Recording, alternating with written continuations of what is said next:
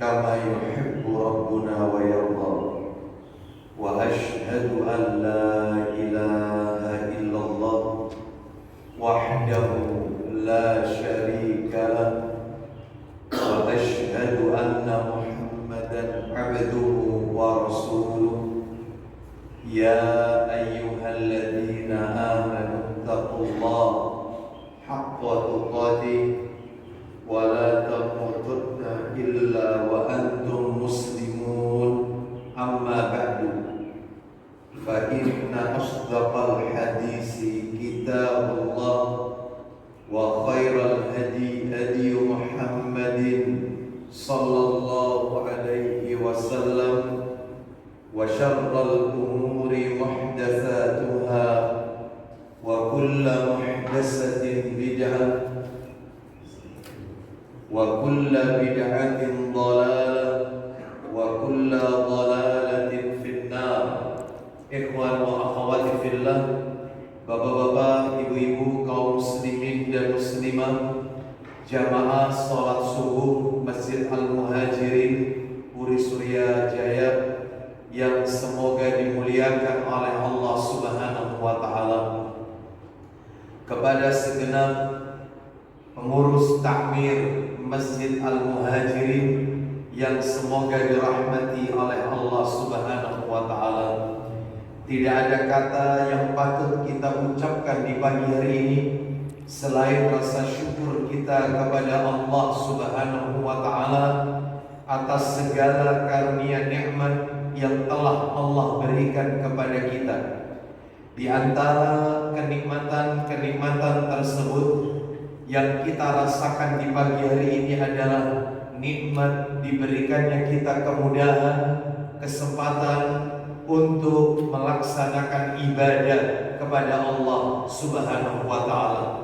Diawali dengan sholat subuh berjamaah, dilanjutkan dengan thalabul ilmi, dan berakhir dengan melaksanakan salah satu sunnah Nabi sallallahu alaihi wasallam, yaitu sholat sunnah isyraq. Semoga rangkaian amal ibadah yang kita lakukan di pagi hari ini semuanya tercatat di sisi Allah sebagai pemberat timbangan amal kebajikan kita kelak di yaumil hisab.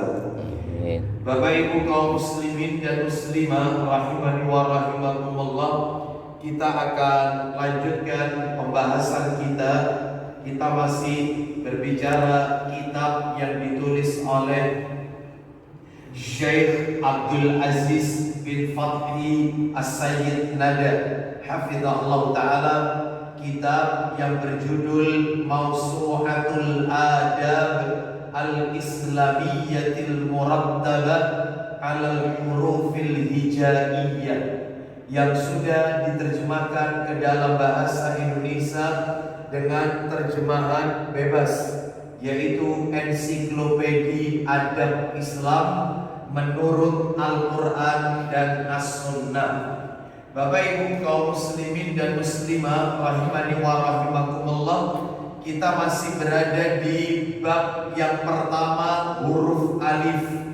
Karena memang pembahasan yang disajikan di dalam buku ini disesuaikan dengan huruf hijaiyah. Huruf hijaiyah diawali dengan alif, ba, ta, tha, dan seterusnya.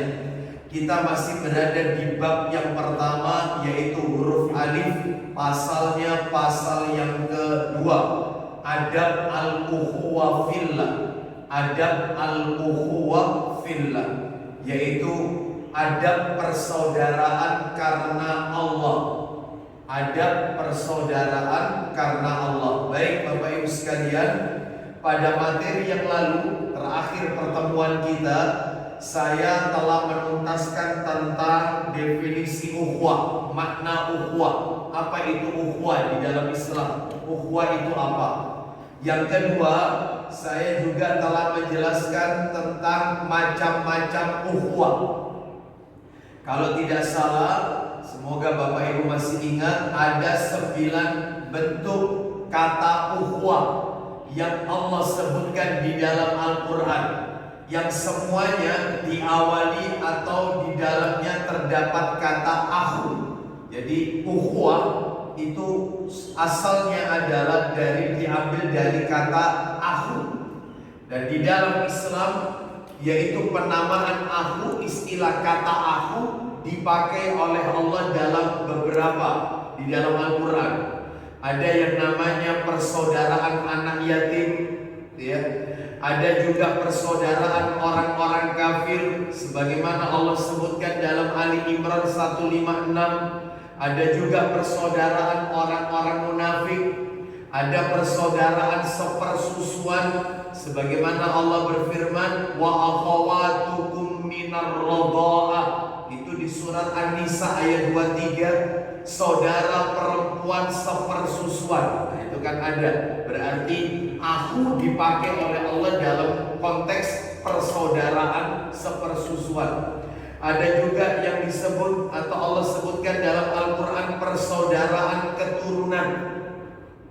Ada juga persaudaraan syaitan. Ada. Sebagaimana Allah berfirman di surat Al-Isra, yang saya yakin Bapak Ibu mungkin familiar ayat ini di telinga kita. Allah berfirman surat Al-Isra ayat 27, innal mubadzirina kanu ikhwana, gitu ya. Ikhwana syayatin wa kana syaitanu li rabbih kafura. Sesungguhnya pemboros-pemboros itu adalah saudara-saudara syaitan. Nah itu. Dan syaitan itu adalah sangat ingkar kepada Tuhannya. Ada juga kata akhu dipakai oleh Allah dalam persaudaraan kaum muslimin. Saya yakin Bapak Ibu pada hafal ayatnya innamal mu'minuna ikhwah. Nah itu ya. Innamal mu'minuna ikhwatun fa aslihu baina akhawaykum wattaqullaha la'allakum turhamun. Sesungguhnya orang-orang mukmin itu bersaudara. Ada juga Allah memakai kata akhu dalam persaudaraan ahlul kitab, ya. Dan yang terakhir yaitu Nabi kita Sallallahu Alaihi Wasallam pernah memakai kata akhu ini dalam persaudaraan para utusan Allah. Sebagaimana sabda Nabi dalam riwayat Bukhari, wal anbiya'u ikhwatun. Nah itu. Wal anbiya'u ikhwatun li'allatin ummahatuhum syatta wa dinuhum wahidun. Kata Nabi, semua nabi-nabi itu bersaudara karena seketurunan, ibunya berlainan sedang agamanya satu. Ibunya berlainan tapi agamanya tetap satu, yaitu Islam. Para nabi itu semuanya bersaudara, seketurunan semuanya. Mulai dari Nabi Muhammad Sallallahu Alaihi Wasallam naik ke atas sampai ketemu Adam, ya, seketurunan. Baik, jadi ini menunjukkan bahwasanya kata akhu dipakai oleh Allah dan Rasulnya dalam berbagai konteks. Sekarang pagi hari ini kita akan masuk yaitu materi nomor 3. Kita masih judul yang sama, adab al-ukhuwah, yaitu sikap kita kepada saudara-saudara kita. Bagaimana sikap kita seorang muslim kepada saudara kita sesama muslim. Baik, kalau tidak salah Bapak Ibu sekalian, di dalam buku ini totalnya ada 44 adab. Ya, itu kalau ditarik sampai akhir itu 44 adab. Ya. Namun ternyata setelah kami baca, dari 44 adab itu ada beberapa poin yang memiliki pembahasan yang sama. Sehingga kalau kita mau meringkasnya kembali, itu kurang lebih ada 34 Bapak Ibu sekalian, ya. Baik, kita akan bahas satu persatu tentunya, yaitu bagaimana sikap kita kepada saudara-saudara kita. Apa hak saudara kita yang harus kita penuhi? Seperti itu. Hakul muslim alal muslim, hak seorang muslim atas muslim yang lainnya, Bapak Ibu. Jadi saya punya hak, panjenengan juga punya hak. Saya punya hak, yaitu agar panjenengan tunaikan, dan Bapak Ibu juga punya hak yang harus saya tunaikan sebagai seorang muslim kepada saudaranya. Totalnya 34, Bapak Ibu. Apa saja itu? Yang pertama, niat yang lurus. Niat yang lurus. Bapak Ibu sekalian rahimani wa rahimakumullah. Mungkin kita sering mendengar istilah atau mungkin hadis Nabi, ya, bahkan di antara kita juga sudah pada hafal. Nabi SAW bersabda, innamal a'malu binniyat. Itu riwayatnya adalah riwayat Bukhari Muslim. Apa artinya? Sesungguhnya semua amalan itu bergantung pada niatnya. Jadi Bapak Ibu sekalian, jadi semua bentuk amalan, baik itu amalan hati maupun itu amalan lisan maupun juga amalan anggota badan, semua bergantung pada niatnya. Loh, memangnya apa contohnya amalan hati? Banyak amalannya hati. Sabar, itu amalannya hati.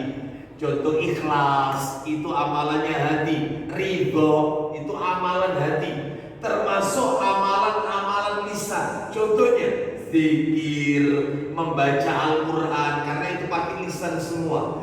Zikir, membaca Al-Quran, itu amalan lisan. Nah, kalau amalan anggota badan banyak. Sholat, itu kan pakai gerakan anggota badan. Termasuk juga diantaranya haji, ya. Termasuk juga di dalamnya umroh. Termasuk amalan anggota badan diantaranya lagi adalah yaitu seperti puasa dan seterusnya. Maka ini menunjukkan kepada kita seluruh amalan-amalan tersebut bergantung niatnya. Termasuk dalam menjalin persaudaraan, semuanya bergantung niat. Karena kata para alim ulama, amalan itu diberi ganjaran pahala oleh Allah ataukah tidak, amalan itu diridhoi oleh Allah ataukah tidak, semua bergantung niatnya. Makanya kalau kita menjalin hubungan persaudaraan dengan saudara kita sesama muslim, tolong niatnya ditata. Tidak ada tendensi duniawi kecuali karena Allah Azza wa Jalla semata. Jadi dia niat bersaudara itu bukan karena ingin balas budi, bukan karena ingin mendapatkan pujian, tetapi dia bersaudara menjalin ukhuwah Islamiyah itu adalah betul-betul karena Allah. Tidak ada tendensi apapun. Mana dalilnya? Coba kita kasih dalil. Coba dibuka, yaitu dalilnya Sahih Muslim. Sahih Muslim. Ada kan Sahih Muslim? Nah, Sahih Muslim nomor yang di sini, oh ini nomor cetakan terjemahan ini ya, nggak apa-apa. Nomornya 2198, 2198. 2198. Nah, 2198. Ada 25 ya. 2198. Nomor aslinya 2567. Udah diingat ya, nomor aslinya 2567. Kita lihat ini, Muslim 2168. 2198, maaf, betul itu. 2198, yaitu tadi. Nah, kita lihat Bapak Ibu sekalian. Nah, di situ disebutkan an Abi Hurairah radhiyallahu anin Nabi sallallahu alaihi wasallam anna rajulan zara akhan lahu fi qaryatin ukhra fa arsadallahu lahu ala madrajatihi malakan. Nah, atau kama qala Nabi sallallahu alaihi wasallam. Silakan dibaca terjemahannya. Dari Abu Hurairah radhiyallahu anhu, dari Nabi sallallahu alaihi wasallam, sabdanya. Apa isi sabdanya? Seorang laki-laki pergi mengunjungi saudaranya yang bermukim di negeri asing. Baik, jadi tidak disebutkan nama negerinya. Laki-laki itu mengunjungi saudaranya di negeri yang tidak dikenal. Lanjut, teruskan. Atau jauh dari tempatnya bermukim. Teruskan. Maka Allah Ta'ala mengirim seorang malaikat untuk menemaninya dalam perjalanan. Allah kirimkan malaikat untuk menemani perjalanan orang tersebut. Dan malaikat itu Bapak Ibu berubah wujud menjadi manusia biasa. Dan Bapak Ibu harus tahu bahwasanya malaikat itu kalau berubah wujud menjadi manusia biasa selalu menjadi laki-laki, tidak pernah menjadi perempuan.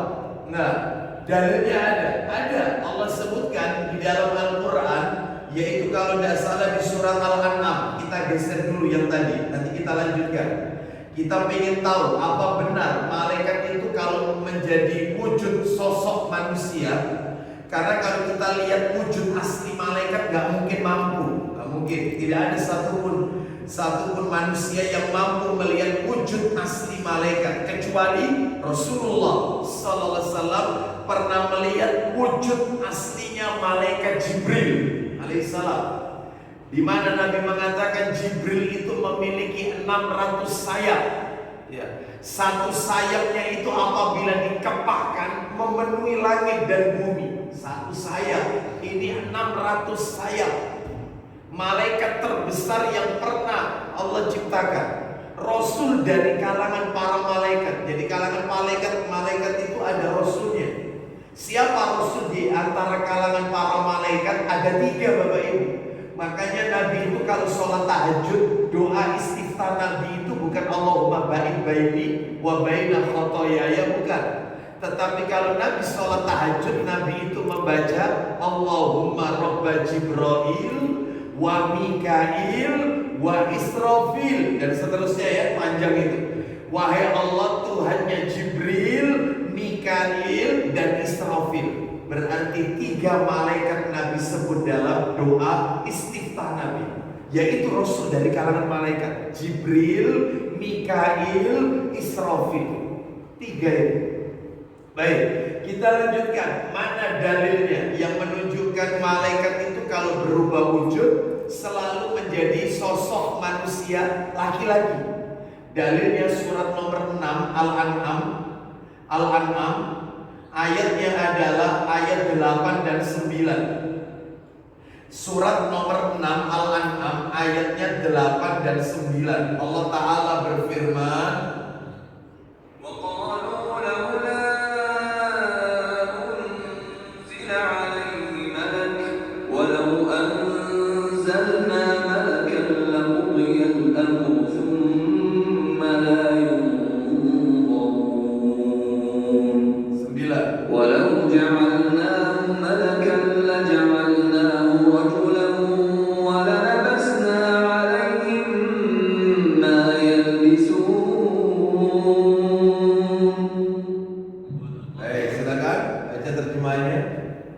dan mereka berkata, mengapa tidak diturunkan kepadanya Muhammad seorang malaikat? Terus, dan kalau kami turunkan kepadanya seorang malaikat, tentu selesailah urusan itu. Tetapi kemudian mereka tidak diberi tangguh sedikit.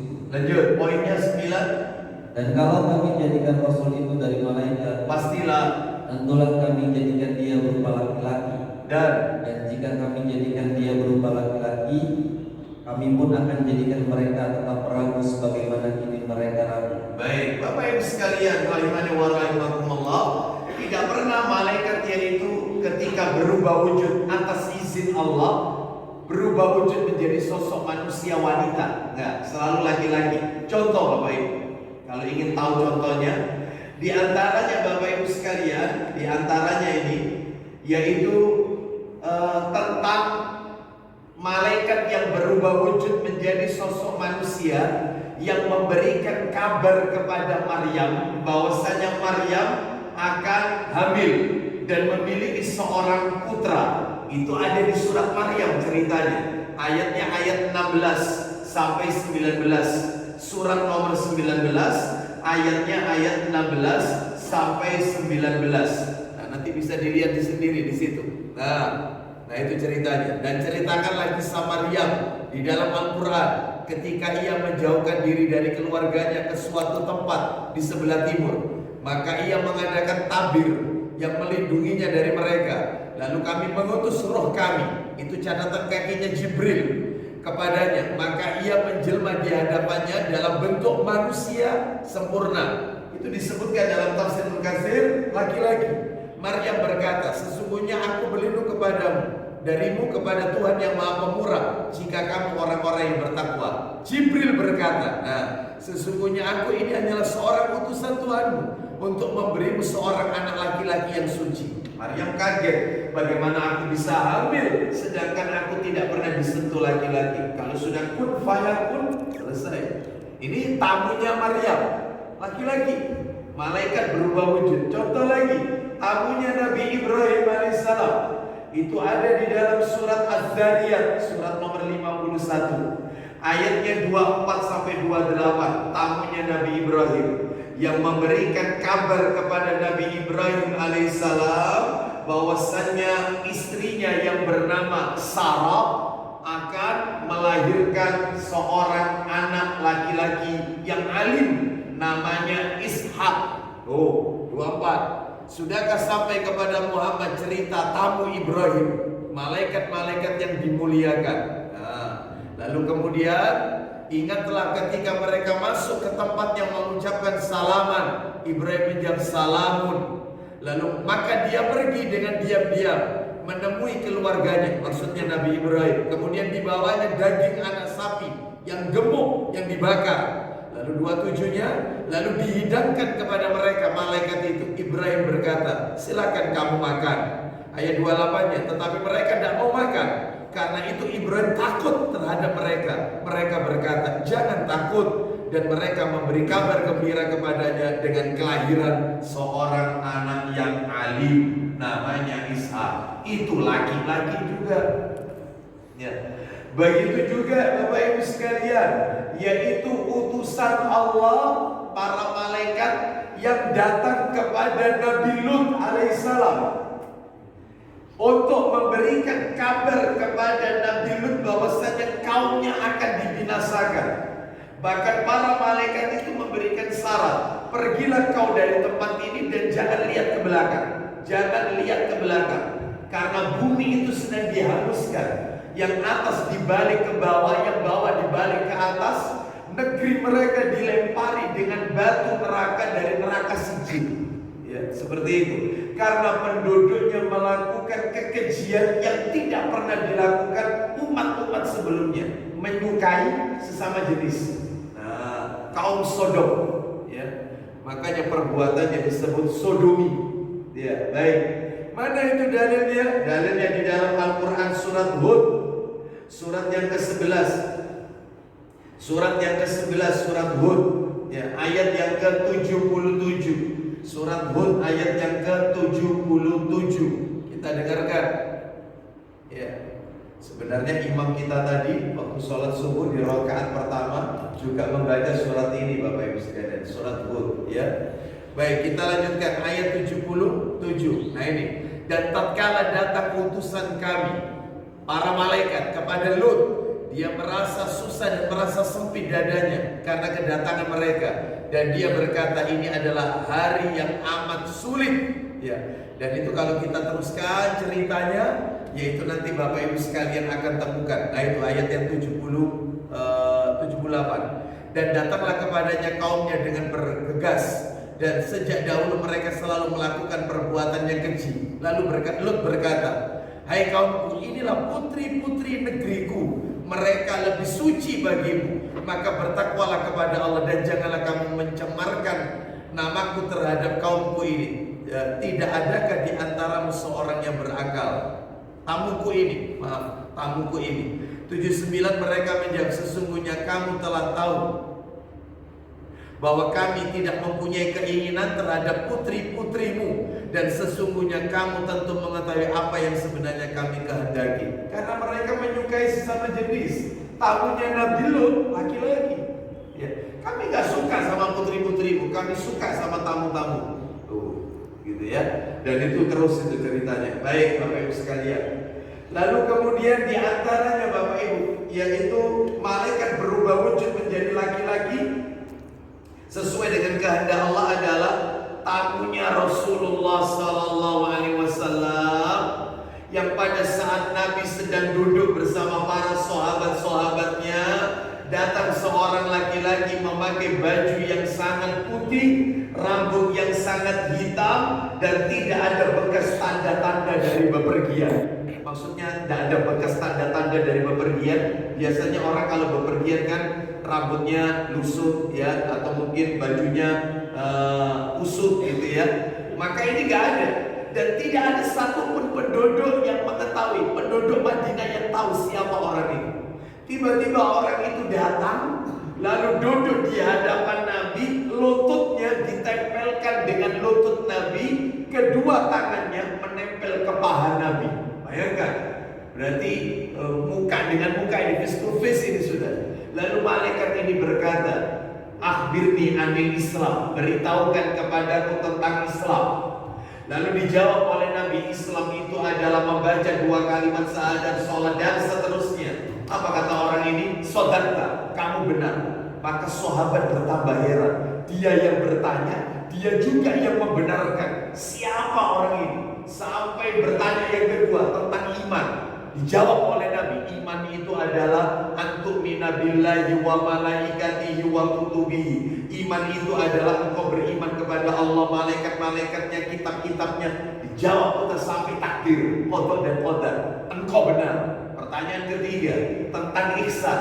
Apa itu ihsan? Ihsan itu adalah engkau beribadah seakan-akan engkau melihat Allah. Jika engkau tidak bisa melihat Allah, maka ketahuilah, tanamkan dalam hatimu, Allah melihat dirimu. Engkau benar. Loh, coba Bapak Ibu sekalian. Terus kemudian pertanyaan keempat, beritahukan kepadaku tentang kiamat. Kapan kiamat itu? Katanya Nabi, orang yang ditanya tidaklah lebih tahu daripada orang yang bertanya. Berarti Nabi ditanya tentang kiamat itu terjadinya kapan, Nabi nggak jawab, nggak tahu. Dia, orang ini bertanya karena dia juga nggak tahu.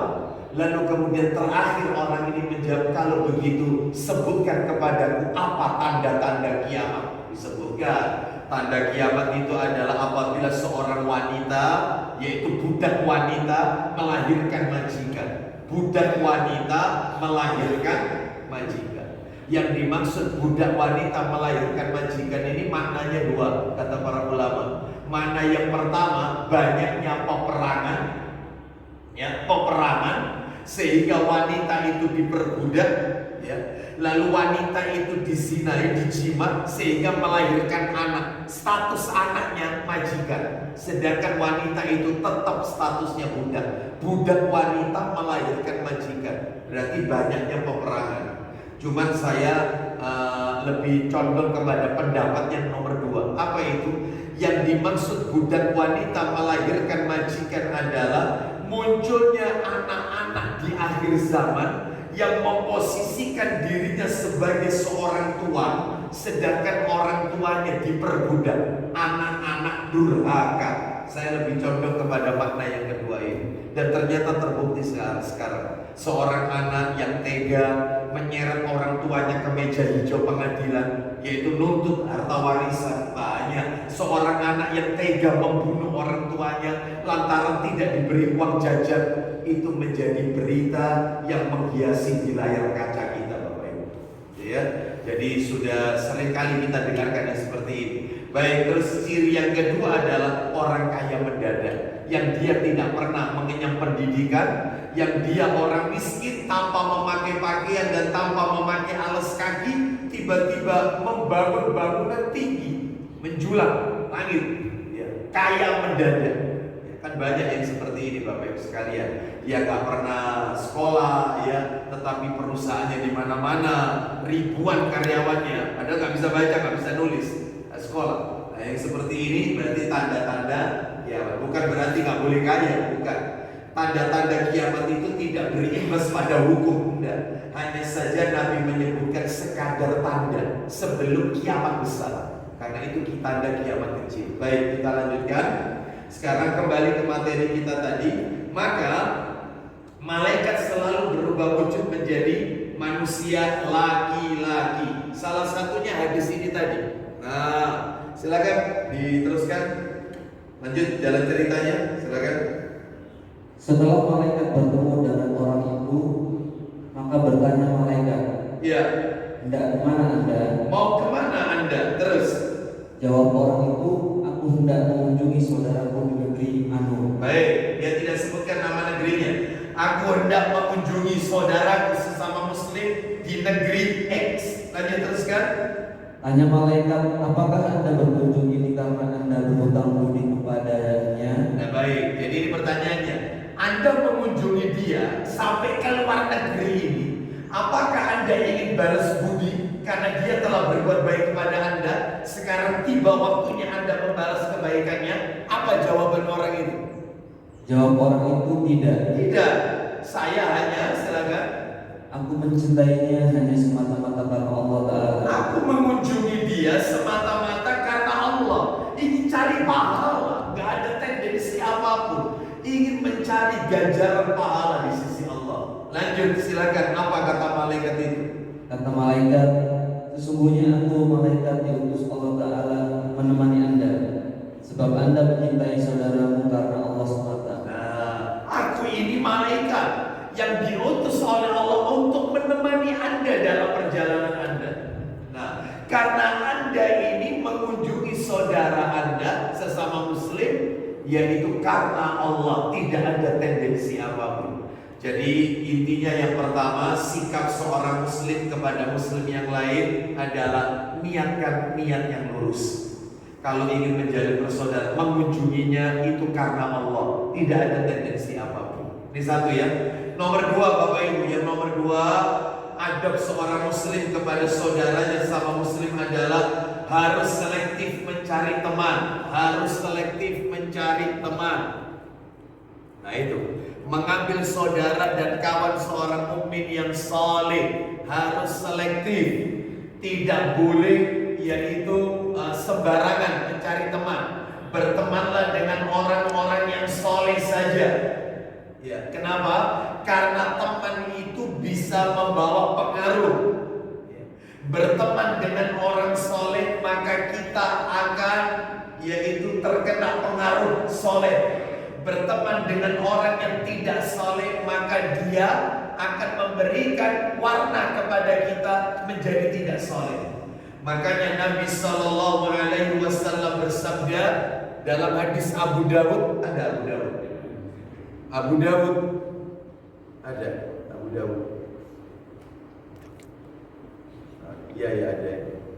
Nah itu jilid 3. Ini jilid 3. Nomornya 4833 4833. Nabi Sallallahu Alaihi Wasallam bersabda, ar-rajulu ala dini khalili falyandur ahadukum man yukhalil. Agama seseorang itu, silakan baca. Nah itu, ar-rajulu ala dini khalili falyandur ahadukum man yukhalil. Ayo. Dari Abu Hurairah radhiyallahu anhu bahwa Nabi Shallallahu Alaihi Wasallam bersabda, isinya, agama seseorang itu cenderung mengikuti agama temannya. Agama seseorang itu cenderung mengikuti agama temannya. Maka lihatlah.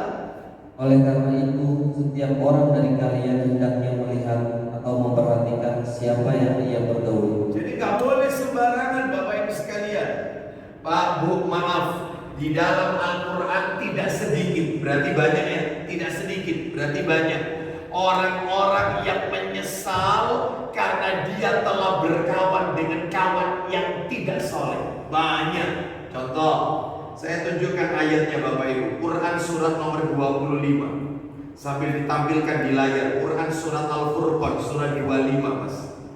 Ya, ayatnya itu ayat 27 sampai 29. Al-Furqan ayat 27 sampai 29. Allah Ta'ala berfirman, Al-Furqan ayat 27 sampai 29. Wa yawma ya'uddu adh-dhalimu 'ala yadayhi yaqulu ya laitani ittakhadhtu ma'a ar-rasuli sabila. Ya waylata laitani lam attakhidh fulanan khalila. Laqad adallani 'ani adh-dhikri ba'da idh ja'ani wa kana asy-syaitanu lil-insani khadula. Silakan. Dan ingatlah hari ketika itu orang yang zalim menggigit dua tangannya. Tuh, menggigit kedua jarinya itu yang betul. Terus lanjut. Seraya berkata, Apa sungguh katanya? Kiranya dulu aku mengambil jalan bersama-sama Rasul. Terlambat, nasi sudah menjadi bubur, adab sudah di depan mata, neraka sudah di hadapannya, baru sadar betapa mulianya mengikuti jalan Rasul. Kemana saja Anda dulu ketika di dunia? Namun di dunia ajaran Rasul diolok-olok, hadis Nabi dijadikan buat cibiran, candaan, olok-olokan. Ya, begitu di hari kiamat nyesel, gigit dua jarinya, nyesel. Penyesalan mesti di akhir. Ya, lanjut teruskan. Kecelakaan besarlah bagiku. Kiranya aku dulu tidak menjadikan si fulan itu teman akrabku. Loh, kecelakaan besarlah untukku, rugi aku ini. Kenapa dulu si fulan itu tak jadikan teman akrabku? Andai kata gak tak jadikan teman akrabku, niscaya nasibku gak seperti ini. Kurang lebih seperti itu maknanya. Lanjut, 29-nya. Sesungguhnya dia telah menyesatkan aku dari Al-Quran ketika Al-Quran itu telah datang kepadaku. Oh, jelas sekali kan. Lanjut terus dan Adalah syaitan itu tidak mau menolong manusia. baik, setan memang pengkhianat manusia. Setan kan ada dua Bapak Ibu ya. Itu ada di dalam surat Al-An'am ya. Kalau tidak salah 112, nanti dibaca sendiri. Setan itu ada dua. Ada setan dari kalangan jin dan ada setan dari kalangan manusia. Gitu ya. Baik, jadi hati-hati dalam hal ini. Bapak Ibu sekalian, rahimani wa rahimakumullah, cukup kita jadikan pelajaran ya. Cukup kita jadikan pelajaran kisah Abu Thalib, paman Nabi Shallallahu Alaihi Wasallam. Abu Thalib, kurang apa Abu Thalib? Beliau dididik oleh seorang guru terbaik di muka bumi, guru terbaik sejagat alam raya. Siapa? Keponakannya sendiri. Lu siapa memangnya? Nabi Muhammad Sallallahu Alaihi Wasallam. Itu kan keponakannya Abu Thalib. Kurang apa Abu Thalib sudah lihat raut wajah Nabi, tiap hari dididik, diajari oleh Rasul, tapi tetap matinya kafir. Kenapa? Karena dia ketika nazak sakaratul maut, dia lebih memilih temannya yaitu Abu Jahal dan Abdullah bin Abi Umayyah al-Mughirah, tokoh gembong kafir Quraisy. Dia nggak mau mengikuti ajakan keponakannya untuk mengucapkan kalimat La ilaha illallah. Bahkan Abu Thalib mengatakan kepada keponakannya, ya Muhammad, andai kata kalimat yang kau ajarkan itu, ketika aku baca dan aku tidak dimusuhi oleh orang-orang Quraisy, niscaya akan aku ucapkan kalimat itu terang-terangan di hadapan. Jadi dia ini rupanya takut dikucilkan oleh kaumnya, takut dikucilkan oleh masyarakat Quraisy kalau mengucapkan la ilaha illallah. Berarti Ustaz, ada yang kemarin menyimpulkan, bagus kesimpulannya. Berarti Ustaz, itu kan cuma la ilaha illallah kalimatnya yang Nabi ajarkan saat Abu Thalib itu nazar. Benar. Berarti kalau begitu Abu Thalib itu tahu betul Ustaz konsekuensi dari kalimat la ilaha illallah. Iya. Makanya dia tidak sembarangan mengucapkan kalimat itu. Karena konsekuensinya berat. Dia harus tinggalkan seluruh berhala, semua sesembahan kecuali hanya Allah Azza wa Jalla. Karena mereka orang kafir tahu kalau pencipta itu Allah, pemberi rezeki itu Allah, yang menghidupkan dan yang mematikan itu Allah, yang memiliki alam raya beserta isinya, yang mengatur alam raya itu Allah. Tahu mereka. Itu ayatnya banyak bertebaran dalam Al-Quran. Surat Al-Mu'minun ayat 84 sampai 89, surat Luqman surat 31 ayat 25. Semuanya orang kafir mengatakan Allah, tapi mereka tidak mau menyembah Allah. Mereka menyembah berhala. Mereka jadikan berhala itu sebagai media perantara agar hajatnya disampaikan kepada Allah. Siriknya itu di situ.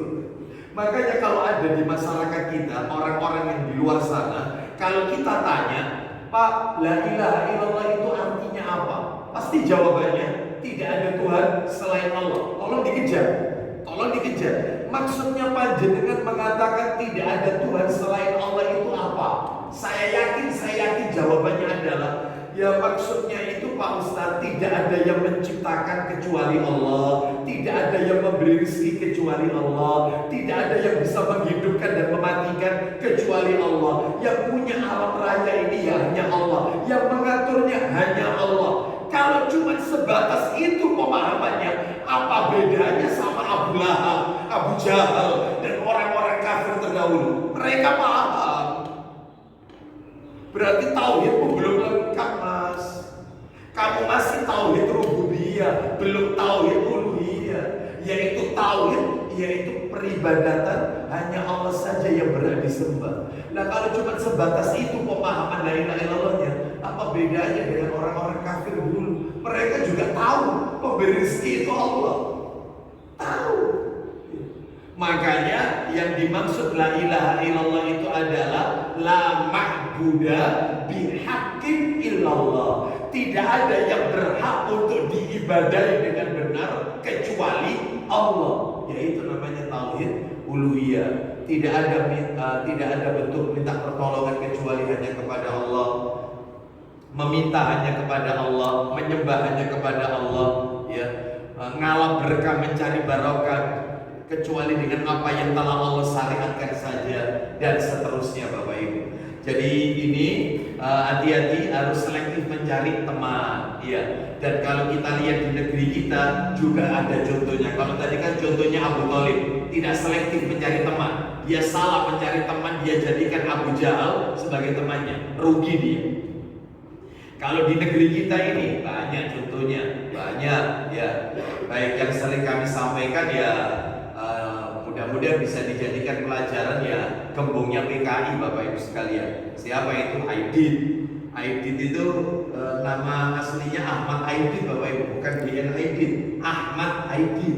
Bapaknya kiai, ya. Kakeknya kiai, pendiri sekolah Muhammadiyah di Belitung. Kan lahir di Belitung dia, Aidit itu. Lalu kemudian bahkan Aidit lulusan pondok pesantren, Bapak Ibu. Hafal Quran Aidit itu. Hafal Quran Aidit itu.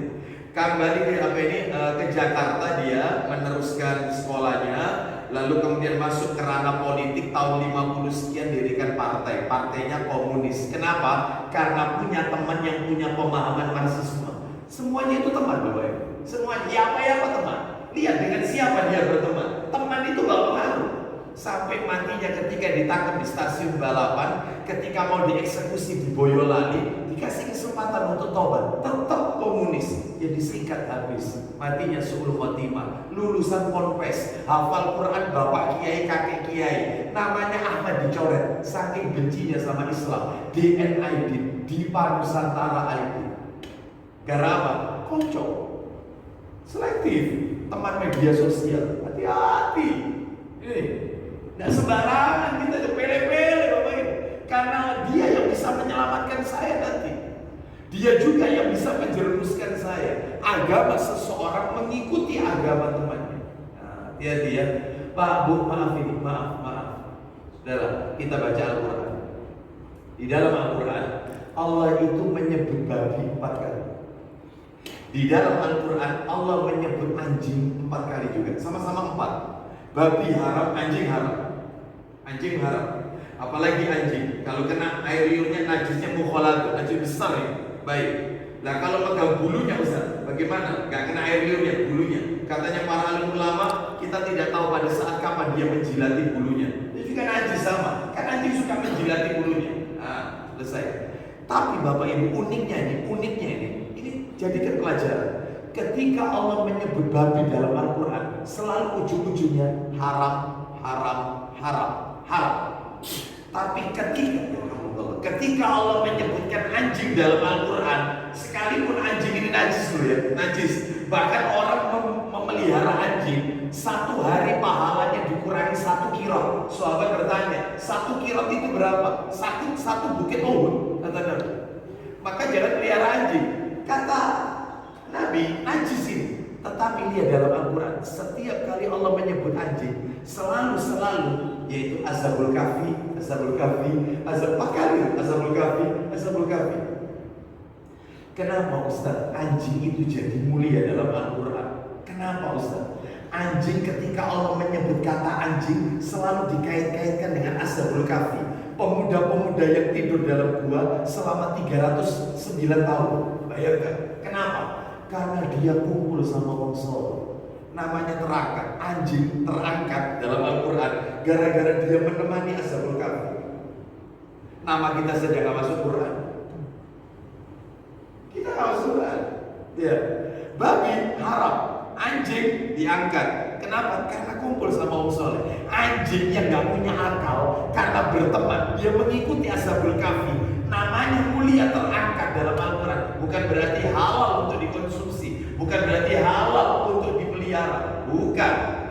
Cuman dia terangkat dalam Al-Quran gara-gara berteman dengan orang soleh. Anjing yang gak punya akal saja bisa mulia, apalagi kita yang diberi akal. Bertemanlah dengan orang soleh. Kumpulono wong kang soleh, katanya gitu syairnya. Maka berteman dengan orang soleh. Harus selektif mencari teman, harus selektif. Dan tidak sedikit ayat Quran yang menjelaskan tentang penyesalan mereka. Mari kita lihat lagi dalil yang lain. Coba dibuka, saya kasih dalil terakhir ini. Coba dibuka Quran surat 50. Surat 50 itu surat apa? Qaf. Bukan Qaf, bukan. Surat 37. As-Saffat ayatnya 50. Surat 37 ayatnya 50 sampai 57. Allah Ta'ala berfirman, ayat 50 sampai 57, Allah berfirman, فأقبل بعضهم على بعض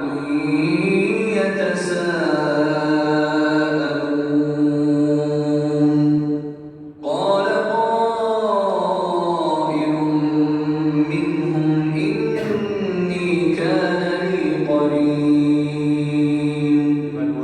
يقول أئنك لمن المصدقين أإذا متنا وكنا ترابا وعظاما أإنا لمدينون قال هل أنتم مطلعون فاطلع فرآه في سواء الجحيم قال تالله إن كدت لتردين ولولا نعمة ربي لكنت من المحضرين. silakan. Lalu sebahagiaan mereka menghadap kepada sebagian yang lain sambil bercakap-cakap. Di dalam surga ceritanya ini. Lanjut. Berkatalah salah seorang di antara mereka, Nah, penduduk surga berkata kepada temannya, sesama surga ini, sesama orang yang ada di surga. Apa itu? sesungguhnya aku dahulu di dunia mempunyai seorang teman Kok gak kelihatan ya di surga ini ya temanku itu? Lanjut teruskan. yang berkata, apakah kamu sungguh-sungguh termasuk orang-orang yang membenarkan hari berbangkit? Ini pemahaman temannya, gak percaya tentang hari kiamat. Apa kamu percaya tentang hari berbangkit? Masa orang kalau sudah jadi tulang belulang, dimakan bakteri pengurai, bisa dibangkitkan? Nah, masuk akal. Temannya mengingkari hari kiamat. Terus lanjut. Apakah bila kita telah mati dan kita telah menjadi tanah dan tulang belulang, apakah sesungguhnya kita benar-benar akan dibangkitkan untuk diberi pembalasan? Terus Berkata pula ia, temannya yang ada di surga berkata kepada temannya yang lain yang ada di surga, maukah kalian bersama aku untuk melihat temanku? Di mana temanku itu yang punya pemahaman seperti itu? Kok di surga ini gak kelihatan? Lanjut teruskan. berkata pula ia, maukah kamu meninjau temanku itu? Terus maka Ia meninjaunya. ternyata nasib temannya itu, Lalu dia melihat temannya itu di tengah-tengah neraka menyala-nyala. apa kata temannya yang ada di surga itu? Ia berkata pula, demi Allah, sesungguhnya kamu benar-benar hampir mencelakakanku. Hampir saja pemahamanmu mencelakakan aku karena pakai logika akal.